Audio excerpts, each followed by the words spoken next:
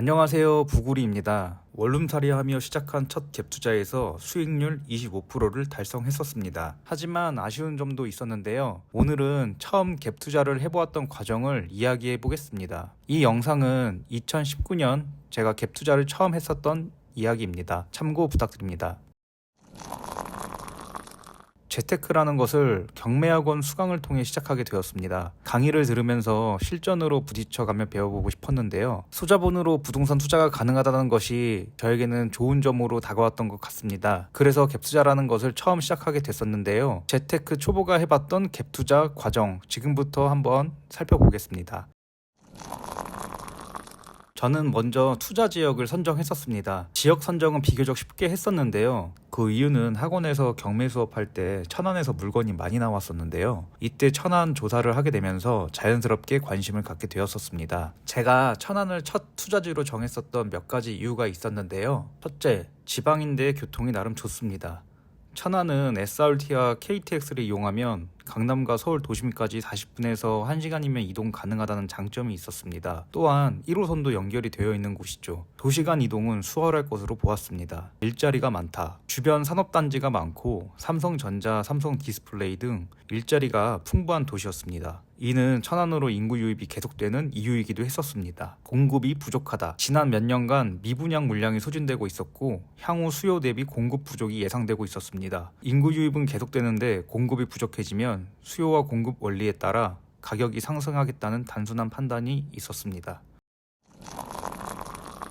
천안 구도심은 상대적으로 가격이 저렴한 편입니다. 산업단지로 일자리를 찾아온 사람들에게는 부담 없이 시작하기 좋은 지역이죠. 따라서 인프라가 잘 갖춰진 구도심의 1억 원대 아파트 몇 개를 선정해 매물을 보기로 했습니다. 초등학교가 가깝고 생활 편의시설이 근처에 있는 단지를 우선적으로 살펴봤었고 그 중에서도 갭 차이가 크지 않은 저렴한 단지를 알아봤었습니다. 사전조사를 마친 후 근처 부동산에 가서 나와 있는 매물을 확인하고 단지 주변을 직접 돌아보며 편의시설과 학교 거리 등 기본적인 것들을 체크했었습니다. 그리고 나서 두 군데 정도 아파트를 찜해두고 매물이 나오면 연락달라고 소장님께 부탁을 했었습니다. 몇 군데를 둘러보니 구축 아파트 중에서도 가격 차이가 나는 이유를 알겠더라고요. 거리 차이가 크지 않은데도 아파트 구조와 단지 규모에 따라 가격이 제법 달랐었습니다.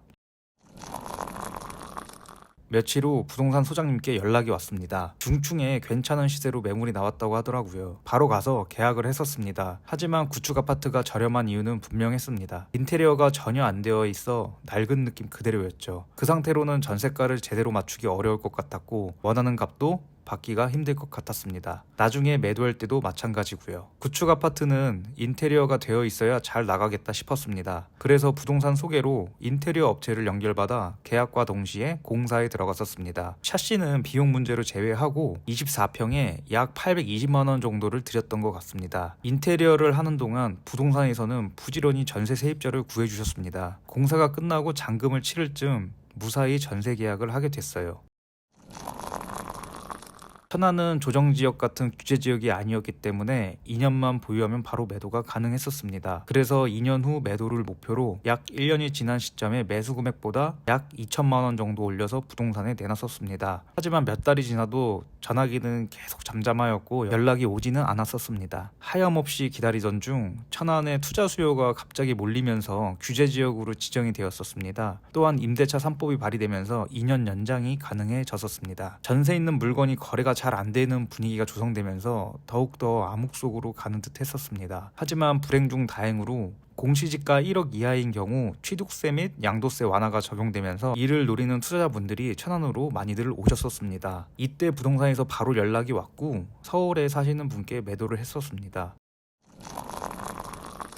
투자 결과 정리입니다. 매수는 1억 1천만 원대에 했었고요. 매도는 1억 3천만 원대에 했었습니다. 투자 내역으로는 갭 400만 원, 인테리어 약 820만 원, 매수 수수료 약 120만 원, 매도 수수료 약 110만 원, 세금 약 150만 원 해서 총 투자 비용 약 1,600만 원이 들어갔었습니다. 최종 수익으로는 시세 차익이 약 2천만 원 정도 났었는데요. 총 비용으로는 약 1,600만 원이 났으니 순수익은 약 2천만 원 마이너스 1,600만 원 해서 약 400만 원의 순수익이 났었습니다. 생각보다는 많지는 않지만 약 25%의 수익을 올렸었습니다.